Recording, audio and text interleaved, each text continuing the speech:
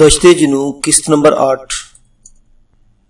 نائلہ درانی کو رات بھر نیند نہیں آ سکی۔ وہ کبھی بستر پر لیٹ جاتی، کبھی اٹھ کر ٹہلنے لگتی۔ اس کا دماغ بری طرح چکرا رہا تھا۔ اس کے سوچنے سمجھنے کی تمام قوتیں سلب ہو چکی تھی۔ وہ بستر پر لیٹ کے دفتن اس کے تھکے ہوئے دماغ میں ایک جھماکا سا ہوا اور وہ ایک جھٹکے سے اٹھ کر بیٹھ گئی۔ اس کے ذہن میں جو نیا خیال آیا تھا وہ اگرچہ خطرناک تھا، مگر نائلہ جانتی تھی کہ خطرہ لیے بغیر کوئی چارہ بھی نہیں تھا۔ دوسرے دن موقع ملتے ہی اس نے مرادو سے اپنے دل کی بات کہہ ڈالی۔ مرادو، وہ بڑے رازدارانہ لہجے میں بولی، بابر نے تمہیں بے عزت کرنے کی کوشش کی تھی۔ اگر تم چاہو تو اس سے ایسا انتقام لے سکتی ہو کہ وہ زندگی بھر نہیں بھولے گا۔ کل رات مالک بہت غصے میں تھے، اس لیے میں نے بابر کی شکایت نہیں کی، لیکن اب مالک آئیں گے تو میں ان سے شکایت ضرور کروں گی، مرادو نے کہا۔ شبیر سے شکایت کرنے کی ضرورت نہیں، اس طرح زیادہ سے زیادہ یہ ہوگا کہ وہ بابر کو ڈانٹ دے گا۔ اس سے انتقام لینے کے 2 طریقے بھی ہیں، نائلہ نے کہا۔ وہ کیا نائلہ بیبی؟ مرادو نے پوچھا۔ تم جانتی ہو کہ میں بھی اسی خاندان کا ایک فرد ہوں، میری جائیداد ان سے زیادہ ہے۔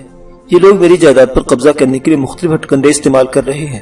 میرے خلاف قتل کے جھوٹے مقدمات بنائے گئے، مجھے پولیس کی حراست سے اس طرح چھڑایا گیا کہ 6 بے گناہ آدمی مارے گئے۔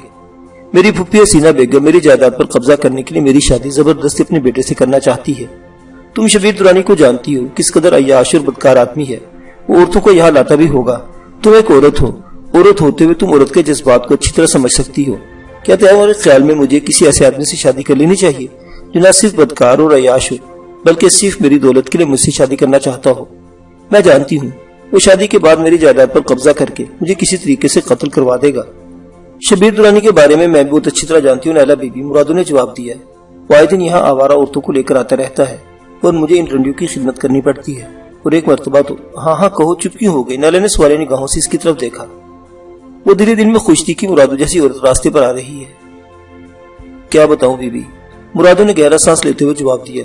وہ کہتے ہیں نا کہ قمیض اٹھانے سے اپنا ہی پیٹ ننگا ہوتا ہے۔ مجھے تم سے ہمدردی ہے مرادو، تم جانتی ہو کہ میں تمہاری بات کو کسی کو نہیں بتاؤں گی۔ ہو سکتا ہے کہ بات کہہ دینے سے دل کا بوجھ ہلکا ہو جائے۔ یہ 2 سال پہلے کی بات ہے، مرادو نے ادھر ادھر دیکھتے ہوئے کہا۔ میں ان دنوں بہت سخت بیمار تھی۔ میں نے اپنی بہن کو یہاں بلوا لیا تھا۔ مجھ سے تقریباً 10 سال چھوٹی اور بہت خوبصورت تھی۔ اس کی شادی نہیں ہوئی تھی، مگر ایک جگہ رشتے کی بات چل رہی تھی۔ جس دن میری بھائی بہن شادو یہاں آئی اور اس سے اگلے ہی دن شبیر درانی شام کو 2 آوارہ عورتوں اور اپنے چند بدماش دوستوں کو لے کر یہاں آ گیا۔ ان سب کے لیے کھانا شادو نے ہی تیار کیا اور وہی انہیں کھانا دینے کے لیے کمرے میں چلی گئی۔ بعد میں شادو نے بتایا کہ شبیر درانی عجیب سی نظروں سے اس کی طرف دیکھ رہا تھا۔ میں نے اس کی بات پر زیادہ توجہ نہیں دی۔ رات کو میں سو رہی تھی کہ چیخوں کی آواز سے میری آنکھ کھل گئی۔ پہلے تو میں سمجھی کہ شبیر درانی کے ساتھ آنے والی عورتیں چیخ رہی ہیں، لیکن چیخوں کی یہ آواز مجھے کچھ جانی پہچانی سی لگی۔ بخشو بھی جاگ گیا تھا۔ شادو دوسرے کمرے میں سوئی تھی۔ میں نے اس کو کمرے میں جھانکا تو شادو اپنے بستر پر نہیں تھی۔ میرا دل دھک سے رہ گیا۔ میں ڈرتے ڈرتے شبیر درانی والے کمرے کی طرف گئی۔ میں نے کھڑکی سے جھانک کر دیکھا تو مجھے سینے میں سانس رکتا ہوا محسوس ہوا۔ شبیر درانی اور اس کے بدماش ساتھیوں نے شادو کو دبوچ رکھا تھا۔ وہ لوگ بھوکے بھیڑوں کی جیسے بھنبوڑ رہے تھے۔ میں جھٹکے سے دروازہ کھول کر اندر داخل ہوئی۔ وہ شبیر درانی کے پیر پکڑ لی کہ میری بہن کو چھوڑ دے، مگر میری فریادوں اور شادو کی چیخوں پر ان کا کوئی اثر نہیں ہوا۔ شبیر درانی نے مجھے ٹھوکریں مار کر کمرے سے نکال دیا اور اپنے ایک آدمی کو اشارہ کیا۔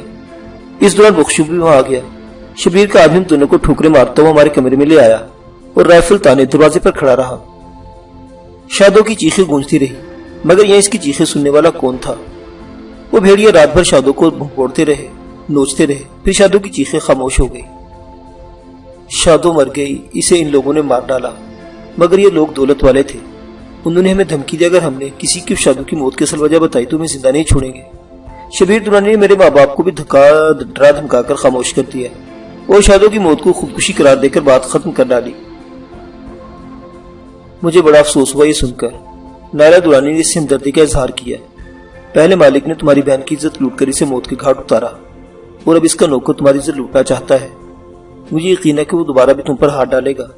اگر تم میری بات مانو تو ان دونوں سے اپنی بے عزتی اور بہن کی موت کا بدلہ لے سکتی ہو۔ میں تو 2 سال سے انتقام کی آگ میں جل رہی ہوں۔ مرادو نے گہرا سانس لیا۔ مگر شبیر درانی پیسے والا ہے، اثر و رسوخ والا ہے۔ ہم غریب مزارے اس کا کیا بگاڑ سکتے ہیں؟ ابھی تم نے خود ہی دیکھ لیا ہے، پولیس نے حویلی کو چاروں طرف سے گھیر رکھا تھا۔ وہ تمہیں شبیر درانی کو گرفتار کرنے آئے تھے۔ لیکن انسپیکٹر کس طرح بھیگی بلی بن کر چلا گیا تھا۔ میں سب جانتی ہوں، لیکن تم میری بات مان لو اور ان سے انتقام لیا جا سکتا ہے، نائلہ نے کہا۔ وہ کیسے؟ مرادو نے سوالے نگاہوں سے اس کی طرف دیکھا۔ نائلہ درانی نے چند لمحے محتاط نگاہوں سے ادھر دیکھتی رہی، پھر سرگوشیانہ لہجے میں مرادو کو بتانے لگی، کسے کیا کرنا ہوگا۔ نہیں نائلہ بی بی، مرادو اس کے خاموش ہونے پر بولی، یہ مجھ سے نہیں ہو سکے گا، وہ مجھے زندہ نہیں چھوڑیں گے۔ وہ تمہارا کچھ بھی نہیں بگاڑ سکے گا مرادو، سارا الزام بابر پر آئے گا، نائلہ نے کہا، اور پھر میں ایک مرتبہ یہاں سے نکل جاؤں تو دیکھنا کیا کرتی ہوں۔ تم شاید نہیں جانتی کہ میرے بھی حکومت کے اعلیٰ افسروں اور وزیروں سے تعلقات ہیں۔ شبیر درانی کو اگر سلاخوں کے پیچھے بند نہ کرائے تو میرا بھی نام نہیں۔ بس میرا یہاں سے نکلنا شرط ہے، اور یہاں سے نکلنے میں صرف تم ہی میری مدد کر سکتی ہو۔ یقین کرو، تم پر کوئی حرف نہیں آئے گا، میرے فرار کا سارا الزام بابر پر آئے گا، اور شبیر درانی بابر کی جو درگت بنائے گا اس کا اندازہ تم بھی لگا سکتی ہو، اور اس کے بعد شبیر درانی سے میں نمٹ لوں گی۔ اس سے تمہاری معصوم بہن کی بے عزتی اور قتل کا بدلہ بھی لیا جا سکے گا۔ یہی موقع ہے مرادو، اگر تم نے میری مدد نہ کی تو زندگی بھر سلگتی رہو گی۔ تمہاری بہن کی بے چین روح تمہیں ایک لمحہ کو بھی چین سے نہیں بیٹھنے دے گی۔ مرادو چند لمحے خاموش رہی، پھر اس کی طرف دیکھتے ہوئے بولی، اگر بالفرض میں تمہیں یہاں سے نکال بھی دوں تو تم کہاں جاؤ گی؟ اپنے گھر تو نہیں جا سکو گی۔ اپنے گھر تو میں واقعی نہیں جاؤں گی، لیکن یہاں سے نکل کر سب سے پہلے میں کسی ایسے اعلیٰ افیسر سے رابطہ کروں گی جو بلا خوف و خطر شبیر درانی اور اس پولیس انسپیکٹر کے خلاف کارروائی کر سکے جو پچھلی رات یہاں آیا تھا۔ ساری گڑبڑ اسی پولیس انسپیکٹر کی پھیلائی ہوئی، نائلہ نے جواب دیا۔ مجھے بہت ڈر لگ رہا ہے، تمہارے فرار کا پتہ چلتے ہی شبیر درانی یہاں پہنچ جائے گا، بابر کے ساتھ ہم دونوں میاں بیوی کی بھی چمڑی ادھیر ڈالے گا۔ کیا یہ نہیں ہو سکتا کہ تم ہمیں بھی اپنے ساتھ یہاں سے لے چلو؟ میں سندھ میں اپنے ایک رشتہ دار کے ہاں چلی جاؤں گی، مرادو نے کہا۔ ایسا ممکن تو ہے، لیکن یہاں سے نکلتے ہی ہمارے راستے الگ ہو جائیں گے۔ سندھ تمہیں اپنے خرچ پر جانا ہوگا، نائلہ نے کہا۔ اگر تم اپنے اس رشتہ دار کا پتہ بتا دو تو حالات سدھرتے ہی میں اتنا کچھ کر دوں گی کہ تمہیں تمہارے شوہر کو زندگی بھر کام کرنے کی ضرورت نہیں رہے گی۔ مرادو کی آنکھوں میں چمک سی ابھر آئی۔ تمہارا منصوبہ کیا ہے؟ اس نے سوالے نگاہوں سے نائلہ کی طرف دیکھا۔ بعد میں بتاؤں گی، رضا اس طرف آ رہی ہے، یہ بھی شبیر درانی کی خاص ایجنٹ ہے، اسے ہماری باتوں کے ہوا بھی نہیں لگنے چاہیے، نائلہ نے کہا۔ اور پھر وہ دونوں ادھر ادھر کی باتیں کرنے لگی۔ رضیہ بھی ان کے قریب آ کر بیٹھ کے نائلہ درانی سین میں چگتی مرغیوں کے بارے میں باتیں کرنے لگی۔ اس کا انداز ایسا تھا جیسے پہلے اسی موضوع پر بات کر رہی ہو۔ رات کے کھانے کے بعد رضیہ حسب معمول دیر تک نائلہ کے کمرے میں بیٹھی رہی، پھر جب اسے جمائی آنے لگی تو اٹھ کر اپنے کمرے میں چلی گئی۔ نائلہ نے دروازہ بند کر کے اپنی طرف سے کنڈا لگا لیا۔ نائلہ کے کمرے کو باہر سے بھی پہلے تالا لگایا جا چکا تھا۔ اس رات بھی کر سردی کچھ زیادہ تھی۔ نائلہ بستر میں لیٹی وقت گزارنے کا انتظار کرتی رہی۔ گزرنے والا ایک ایک لمحہ صدیوں پر بھاری محسوس ہو رہا تھا۔ دفعتاً دوسری طرف والے کمرے کے دروازے پر دستک کی بہت سلکی آواز سن کر نائلہ چونک گئی۔ یوں لگا جیسے کسی نے انگلی سے بہت آہستگی سے دروازہ بجایا ہو۔ وہ بڑی پھرتی سے بستر سے اٹھ کر دروازے کے قریب پہنچ گئی اور بڑی آہستگی سے اپنی طرف کا کنڈا کھول دیا۔ اس کے ساتھ ہی دروازہ آہستگی سے کھل گیا۔ مرادو اسے بازو سے پکڑ کر کمرے میں لے گئی۔ اس نے اپنے کمرے کی لالٹن بجھا رکھی تھی اور اندھیرا تھا۔ میں نے سارا انتظام کر لیا ہے، مرادو نے سرگوشی کی۔ بابر رات کو 3 بجے کے قریب چائے پیے گا، اس کے لیے چائے میں ہی بناؤں گی، اور چائے میں اتنی افیون ملا دوں گی کہ وہ صبح 9 بجے سے پہلے ہوش میں نہیں آ سکے گا۔ اور یہ جو لڑکی ہے نا رضیہ، اسے ہم جانے سے پہلے سوتے میں رسے سے باندھ دیں گے۔ میں نے اپنا سارا بندوبست کر لیا ہے، اپنے بخشو کے کپڑوں کے 2-4 جوڑے، زیور اور نقد پیسے جتنے بھی تھے ایک موٹنی میں باندھ دیے ہیں۔ بخشو کو میں نے بڑی مشکل سے بھاگنے پر آمادہ کیا ہے۔ اسے میں نے یہ لالچ دیا کہ حالات ٹھیک ہونے پر نائلہ بی بی میں پیسے دے گی تو وہ سندھ میں دکان کھول لے گا۔ میں تم لوگوں کو اتنا کچھ دوں گی کہ دکان کھولنے کی ضرورت بھی نہیں رہے گی، نائلہ نے جواب دیا۔ ٹھیک ہے، اب تم جا کر سو جاؤ، تھوڑی سی نیند پوری کر لو، بابر کو چائے دینے کے بعد میں تمہیں جگا دوں گی، مرادو نے کہا۔ نائلہ اپنے کمرے میں آ کر بستر پر لیٹ گئی۔ نیند آنے کا سوال ہی پیدا نہیں ہوتا تھا۔ وہ لحاف اوڑھے کروٹیں بدلتی رہی۔ اس کے پاس گھڑی نہیں تھی، لیکن راہداری میں گھسٹتے قدموں کی آواز سن کر اسے اندازہ لگانے میں دشواری پیش نہیں آئی کہ 2 اور 3 کے درمیان کا کوئی وقت ہوگا، اور وہ مرادو تھی جو گھسٹتے ہوئے قدموں سے چلتے ہوئے باورچی خانے کی طرف جا رہی تھی۔ تھوڑی دیر بعد برآمدے سے باتوں کی آوازیں سنائی دینے لگی۔ وہ غالباً مرادو، بخش اور بابر کی باتوں کی آوازیں تھیں، لیکن کچھ سمجھ میں نہیں آ رہا تھا۔ تھوڑی دیر بعد راہداری میں گھسیٹتے قدموں کی آواز دوبارہ سنائی۔ مرادو اپنے کمرے میں واپس آ گئی تھی۔ نائلہ نے بستر سے اٹھنے کی کوشش نہیں کی تھی۔ تقریباً 1.5 گھنٹے بعد راہداری میں ایک بار پھر قدموں کی دبی دبی سی چاپ سنائی دی۔ اس کے تھوڑی دیر بعد نائلہ کے کمرے کے اندرونی دروازے پر ہلکی سی دستک ہوئی۔ نائلہ نے جلدی سے اٹھ کر دروازہ کھول دیا۔ جلدی کرو نائلہ بھیبا، مرادو نے کہا۔ اس کے لہجے میں گھبراہٹ نمایاں تھی۔ کم وقت کو چائے میں تولا بھر افیون ڈال کر دی تھی، اب کہیں جا کر سویا ہے۔ اس وقت صبح کے 4 بج رہے ہیں، وہ 9-10 بجے سے پہلے ہوش میں نہیں آئے گا۔ میرا خیال ہے کہ رضیہ کو باندھنے کی ضرورت نہیں، وہ بھی صبح 8 بجے سے پہلے نہیں اٹھتی، اور میرا خیال ہے اس وقت ہم یہاں سے بہت دور نکل چکے ہوں گے۔ نیلا نے بستر سے نکل کر چپل پہنتے ہوئے کہا۔ اس نے گرم چادر اوڑھ لی تھی۔ وہ دبے قدموں حویلی سے نکل آئے اور پھر باغ میں پگڈنڈی پر تیز تیز قدم اٹھاتے ہوئے چلنے لگے۔ آگے بخشو تو اس کے پیچھے نائلہ اور آخر میں مرادو، جس نے ایک بوتل بغل میں دبا رکھی تھی۔ نائلہ دل ہی دل میں اپنی صلاحی پر خدا کا شکر ادا کر رہی تھی۔ حویلی میں آنے کے بعد شروع کے دنوں میں مرادو کا رویہ دیکھ کر نائلہ سمجھی تھی کہ یہ عورت اس کے لیے جلاد ثابت ہوگی، لیکن اس رات اگر بابر مرادو پر دست درازی نہ کرتا تو نائلہ اس کے قریب آنے کا موقع نہ ملتا۔ اب نائلہ درانی کو اندازہ ہوا کہ باغ کی یہ حویلی سڑک سے بہت دور تھی۔ وہ تقریباً 1.5 گھنٹے میں سڑک پر پہنچے تھے۔ تقریباً 200 گز آگے محمد نگر کا بسوں کا اسٹاپ بھی تھا، لیکن وہ لوگ اسٹاپ کی طرف جانے کے بجائے وہیں کھڑے ہو کر بس کا انتظار کرنے لگے۔ تقریباً 15 منٹ بعد رحیم یار خان کی طرف سے ایک بس آتی ہوئی نظر آئی۔ نائلہ درانی اور مرادو نے اپنے چہرے چادروں میں چھپا لیے۔ بخشو نے بھی مفلر اس طرح لپیٹ رکھا تھا کہ اس کا آدھا چہرہ چھپ کر رہ گیا تھا۔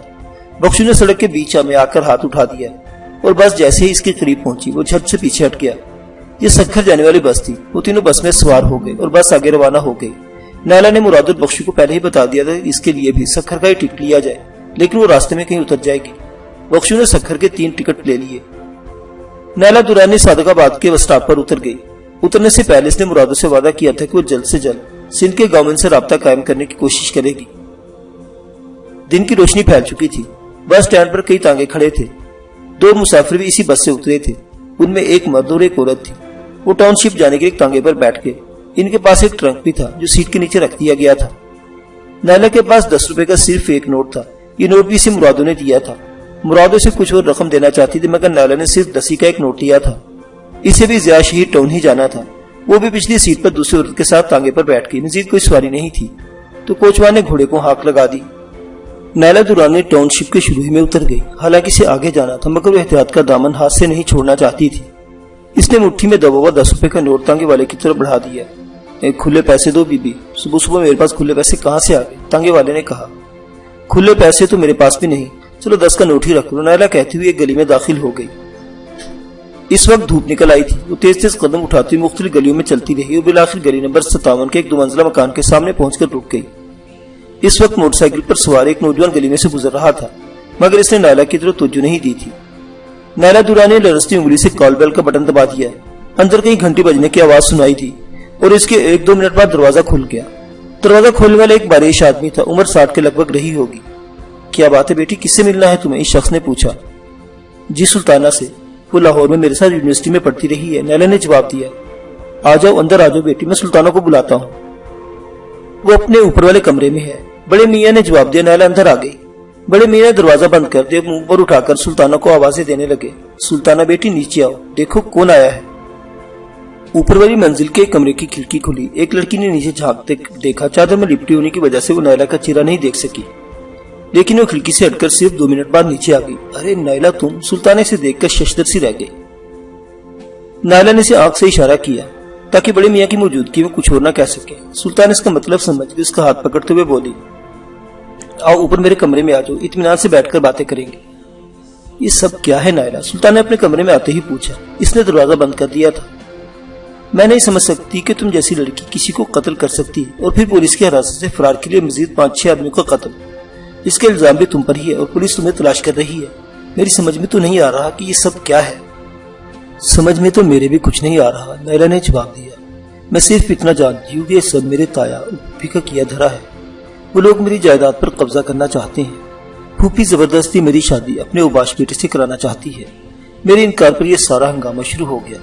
پہلے میرے خلاف قتل کا ایک جھوٹا کیس بنایا گیا، پھر شبیر درانی کے آدمیوں نے پولیس وین پر حملہ کر کے مجھے پولیس کی حراست سے چھڑا لیا اور یہ تاثر دینے کی کوشش کی کہ پولیس وین پر میرے آدمی نے حملہ کیا تھا۔ میں کئی روز سے صادق آباد سے چند میل دور محمد نگر کے قریب مکان میں شبیر درانی کی قیدی تھی۔ انہوں نے فیصلہ کرنے کے لیے آخری مرتبہ مجھے 2 دن کی مہلت دی تھی، لیکن آج صبح 4 بجے میں موقع پا کر بھاگ نکلی۔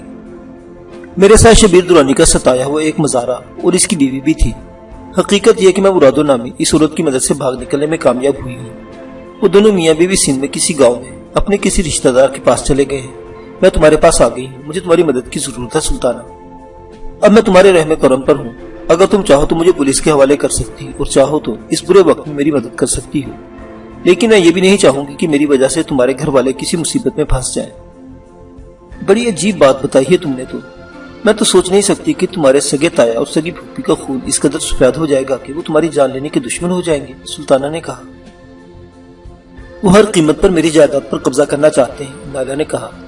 اس طرح راہ فرار اختیار کر کے کیا یہ ثابت نہیں ہو جائے گا کہ تم واقعی مجرم ہو اور پولیس سے چھپتی پھر رہی ہو؟ میرے خیال میں یہ مناسب نہ ہوگا کہ اس طرح چھپنے کے بجائے تم خود اپنے آپ کو پولیس کے حوالے کر دو اور انہیں ساری حقیقت سے آگاہ کر دو، سلطانہ نے کہا۔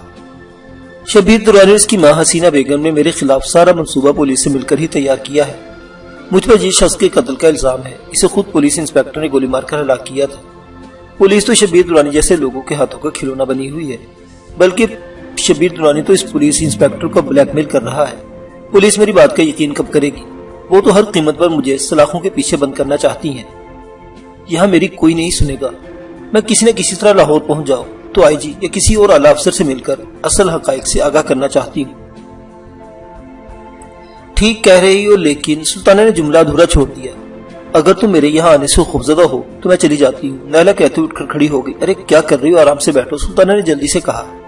میں تو کہہ رہی تھی کہ معاملہ بہت ہی سنگین ہے، اس شہر کا بچہ بھی تمہارے بارے میں جان چکا ہے، اخبارات میں تمہاری تصویریں بھی چھپی ہیں، تمہیں دیکھنے میں کوئی بھی آسانی سے شناخت کر سکتا ہے۔ میرا مطلب تھا کہ ابا جان کو تمہاری بارے میں کچھ بتانا ہوگا، لیکن پہلے میں تمہارے لیے چائے لے کر آتی ہوں۔ سلطانہ کمرے سے نکل گئی۔ نائلہ درانی وہیں بیٹھی سوچتی رہی۔ سلطانہ اس کی بہت اچھی سہیلی تھی، وہ لاہور یونیورسٹی میں اس کے ساتھ ہی پڑھتی رہی تھی، لیکن اس کے باپ کے بارے میں کچھ نہیں کہا جا سکتا تھا کہ اس کی مدد پر آمادہ ہو جائیں گے۔ یہ ہمدردی کے دو بول کہہ کر معذرت کرتے ہوئے اسے رخصت کر دیں گے۔ تقریباً 15 منٹ کے بعد سلطانہ چائے لے آئی۔ اس کے فوراً بعد وہ بڑے میاں بھی کمرے میں داخل ہوئے، جنہوں نے بیل بجانے پر دروازہ کھولا تھا۔ وہ سلطانہ کے والد رئیس احمد تھے، جنہوں نے ایک سرکاری محکمے سے ریٹائرمنٹ کے بعد شہر میں کپڑے کی دکان کھول لی تھی۔ جب تم آئی تھی تو میں نے تمہارا چہرہ نہیں دیکھا تھا، رئیس احمد نے کرسی پر بیٹھتے ہوئے کہا۔ سلطانہ نے اب مجھے بتایا کہ تم نائلہ درانی ہو، تو میں تم سے بات کرنے چلا آیا ہوں۔ تمہارے بارے میں اخبارات میں تو بہت کچھ پڑھا ہے، مگر مجھے یقین نہیں آ رہا کہ ایسا ہو سکتا ہے۔ اب تم بتاؤ کہ اصل قصہ کیا ہے۔ میرے لیے مصائب کا آغاز میرے والدین کے انتقال کے بعد ہوا تھا، نائلہ نے کہا اور ایک بار پھر شروع سے داستان سنانے لگی۔ آخر میں وہ کہہ رہی تھی، میں نہیں چاہتی کہ میری وجہ سے آپ لوگ کسی مصیبت کا شکار ہوں، میں صرف اتنا چاہتی ہوں کہ مجھے کسی نہ کسی طرح اس ضلع کے حدود سے نکلنے میں میری مدد کی جائے۔ میں ایک مرتبہ لاہور پہنچ جاؤں تو پھر مجھے کوئی ڈر نہیں رہے گا۔ مجھے حیرت ہے کہ درانیوں کو کیا ہو گیا ہے، رئیس احمد نے کہا۔ اس پورے علاقے میں ان کا بڑا دبدبہ تھا، بڑا احترام تھا لوگوں کی نظروں میں، مگر شاید تمہارے اس خاندان کو کسی کی نظر لگ گئی ہے۔ پہلے دونوں بھائیوں میں مقدمے بازی ہوئی جس کا پورے ضلع میں چرچا ہوتا رہا، اور اب کئی روز سے تمہارے قصے اخبارات میں شائع ہو رہے ہیں۔ ہر جگہ لوگوں کا موضوع گفتگو یہی ہے۔ وہ چند لمحوں کے بعد خاموش ہوئے، پھر بات جاری رکھتے ہوئے بولے، تم سلطانہ کی دوست تو میرے لیے سلطانہ ہی کی طرح ہو، لیکن دولت مندوں کے کھیل بھی بڑے نرالے ہوتے ہیں۔ انسانی زندگی تو ان کی نظروں میں کوئی اہمیت نہیں رکھتی، دولت ان کے لیے سب کچھ ہوتی ہے۔ تمہاری باتوں سے ثابت ہو چکا ہے کہ تمہارا کزن شبیر درانی ہر قیمت پر تمہیں اور تمہاری جائیداد کو حاصل کرنا چاہتا ہے۔ اس کے لیے وہ بقول تمہارے پولیس کو بھی بلیک میل کر رہا ہے، اور بھی بہت کچھ کر سکتا ہے۔ وہ تمہیں پناہ دینے والوں کو بھی زندہ نہیں چھوڑے گا۔ اس کا مطلب ہے کہ نائلہ نے ہاتھ میں پکڑا ہوا چائے کا کپ میز پر رکھ دیا۔ مجھے پوری بات کر لینے دو، رئیس احمد نے ہاتھ اٹھا کر اسے مزید کچھ کہنے سے روک دیا۔ یہ اتفاق ہے کہ سلطانہ کی ماں چند روز کے لیے کراچی گئی ہوئی ہے اور گھر میں میرے اور سلطانہ کے سوا کوئی نہیں ہے۔ اس طرح کسی تیسرے فرد کو یہ نہیں ہے کہ تم ہمارے گھر میں ہو، بشرط ہے کہ تمہیں کسی نے اس گھر میں داخل ہوتے نہ دیکھا ہو۔ جب میں آپ کے مکان کے دروازے پر رکی تھی تو موٹر سائیکل پر سوار ایک نوجوان نے میری طرف دیکھا تھا، لیکن مجھے یقین ہے کہ اس نے میرا چہرہ نہیں دیکھا تھا، کیونکہ میں نے اپنا چہرہ چادر میں چھپا رکھا تھا۔ اس کے علاوہ کسی اور نے مجھے اس گلی میں داخل ہوتے بھی نہیں دیکھا، نائلہ نے جواب دیا۔ میرے کہنے کا مطلب یہ ہے کہ شبیر درانی کے پاس وسائل بہت ہیں، اسے جب تمہارے فرار ہونے کا پتہ چلے گا تو وہ زمین کا چپا چپا چھان مارے گا۔ میں تمہاری یہی مدد کر سکتا ہوں کہ تمہیں 2-4 دن یہاں رہو۔ سلطانہ بھی اس بات کا خیال رکھے کہ محلے میں کسی کو بھی تمہاری یہاں موجودگی کا پتہ نہ چلے۔ میں باہر سے سنگن رکھوں گا، 2-4 روز میں تلاش کا سلسلہ ذرا سرد پڑے گا تو میں تمہیں یہاں سے نکالنے کی کوشش کروں گا۔ میں آپ کا یہ احسان زندگی بھر نہیں بھولوں گی، نائلہ نے جواب دیا۔ احسان مند ہونے کی کوئی بات نہیں بیٹی، رئیس احمد نے اٹھتے ہوئے کہا۔ تم چائے پیو، پھر ناشتہ کر کے آرام کرو، اللہ بہتر کرے گا۔ اگر تم حق پر ہو تو دنیا کی کوئی طاقت تمہیں نقصان نہیں پہنچا سکتی۔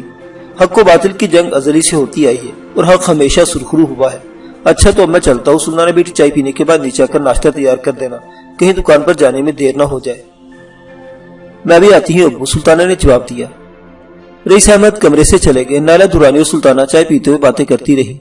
وہ تقریباً 1 سال بعد ملی تھی اور بہت سی باتیں کرنا چاہتی تھی، مگر ان کی یہ ملاقات عجیب انداز میں ہوئی تھی۔ سلطانہ نے چائے پی کر الماری میں سے اپنا کپڑوں کا ایک جوڑا نکال کر کرسی کی پشت پر رکھ دیا۔ میرا خیال ہے تم بہت دنوں سے نہائی بھی نہیں ہو اور تمہارا لباس بھی میلا چکٹ ہو رہا ہے۔ وہ غسل خانہ سامنے ہے، تم نہا کر لباس تبدیل کر لو، میں نیچے جاتی ہوں۔ تمہیں یاد ہے جب میں لاہور میں تمہاری کوٹھی میں آیا کرتی تھی تو تم مجھے روک لیا کرتی تھی اور مجھے تمہارے کپڑے پہننا پڑتے تھے جو مجھے بالکل فٹ آتے تھے، اس لیے مجھے یقین ہے کہ میرے یہ کپڑے بھی تمہیں فٹ آ جائیں گے۔ ناشتہ تیار ہو جائے تو میں تمہیں نیچے ہی بلا لوں گی، سلطانہ کہتی ہوئی باہر چلی گئی۔ نائلہ کچھ دیر تک تو کرسی پر بیٹھی سوچتی رہی۔ وہ زندگی کے عجیب اور انوکھے تجربات سے گزر رہی تھی۔ ایک طرف اس کے خونی رشتہ دار تھے جو اس کے خون کے پیاسے ہو رہے تھے، قانون کے محافظ جو سنگین ترین جرائم کا ارتکاب کرنے والوں کو تحفظ فراہم کر کے بے گناہوں کے پیچھے رائفلیں لیے گھوم رہے تھے، اور دوسری طرف تانگابان رحمت، ڈاکٹر احمد اور رئیس احمد جیسے لوگ بھی تھے جو اپنی زندگیوں کی پرواہ کیے بغیر اسے پناہ دے رہے تھے۔ حالانکہ سبھی اچھی طرح جانتے تھے کہ موت اس کے تعاقب میں بھی تھی اور موت کا خونی پنجہ اس کے ساتھ ان کا گلا بھی دبوچ سکتا تھا۔ تقریباً 10 منٹ بعد نائلہ نے اٹھ کر سلطانہ کے دیے ہوئے کپڑے اٹھائے اور باتھ روم میں گھس گئی۔ یہ حقیقت تھی کہ پیٹ میں گولی لگنے کے بعد سے وہ نہیں نہائی تھی۔ اس کے جسم پر میل جمی ہوئی تھی، سر کے بال بھی جڑے ہوئے تھے، بعض اوقات تو اسے اپنے آپ سے بھی گھن آنے لگتی تھی، اور آج اسے نہانے کا موقع مل گیا۔ پیٹ کا زخم مندمل ہو چکا تھا اور پانی پڑنے سے زخم کو بھی نقصان کا اندیشہ نہیں تھا۔ باتھ روم میں شاور لگا ہوا تھا، ضرورت کی ہر چیز موجود تھی۔ بالوں میں 2 مرتبہ شیمپو کرنے کے بعد وہ شاور کے نیچے کھڑی گرم پانی کی دھاروں سے لطف اندوز ہوتی رہی۔ گیزر کے گرم پانی سے اسے نہانے میں واقعی مزہ آ رہا تھا۔ اسے وقت گزرنے کا احساس ہی نہیں ہوا تھا، چونکہ تو اس وقت جب باتھ روم کے دروازے پر دستک دی گئی۔ اب باہر نکلو گی یا پورا دن باتھ روم میں ہی گزار دو گی؟ سلطانہ کی آواز تھی۔ ابھی نکل رہی ہوں، نائلہ نے جواب دیا اور شاور بند کر کے تولیے سے جسم رگڑنے لگی۔ لباس پہننے میں مزید 2 منٹ لگ گئے۔ اس نے تو تولیے کی پگڑی کی طرح سر کے بالوں پر لپیٹا اور باہر آ گئی۔ توبہ ہے بھائی، اتنی دیر کر دی، نہانے میں ناشتہ ٹھنڈا ہو چکا ہے، سلطانہ نے اس کی طرف دیکھتے ہوئے کہا۔ آج واقعی کئی دنوں کے بعد نہانے کا موقع ملا تھا، خوب جی بھر کے نہائی ہوں۔ کہاں ہے ناشتہ؟ بڑے زور کی بھوک لگ رہی ہے، ناشتے کے لیے نیچے جانا پڑے گا، نائلہ نے کہتے ہوئے سوالے نگاہوں سے اس کی طرف دیکھا۔ نہیں ابو تو ناشتہ کر کے دکان پر جا چکے ہیں، میں ناشتہ اوپر ہی لے کر آتی ہوں، آؤ دوسرے کمرے میں آ جاؤ، سلطانہ نے کہا۔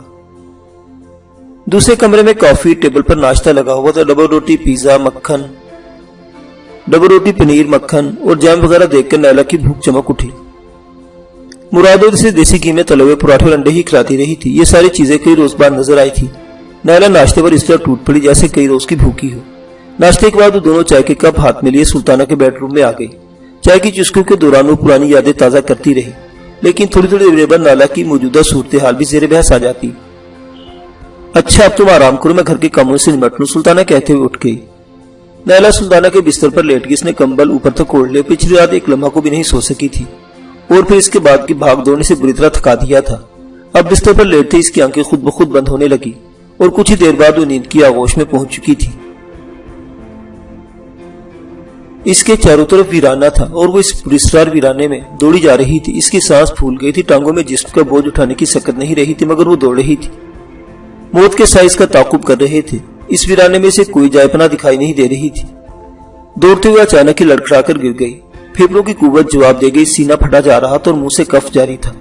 چند سیکنڈ تنفس پر قابو پانے کے بعد وہ پھر اٹھ کر دوڑنے لگی، لیکن ایک بار پھر اسے اچانک ہی رک جانا پڑا۔ اس کے سامنے آگ کی دیوار تھی، آگ کی دیوار آسمان تک پھیلی ہوئی تھی، نارنجی اور سرخ شعلے اس کی طرف لپک رہے تھے۔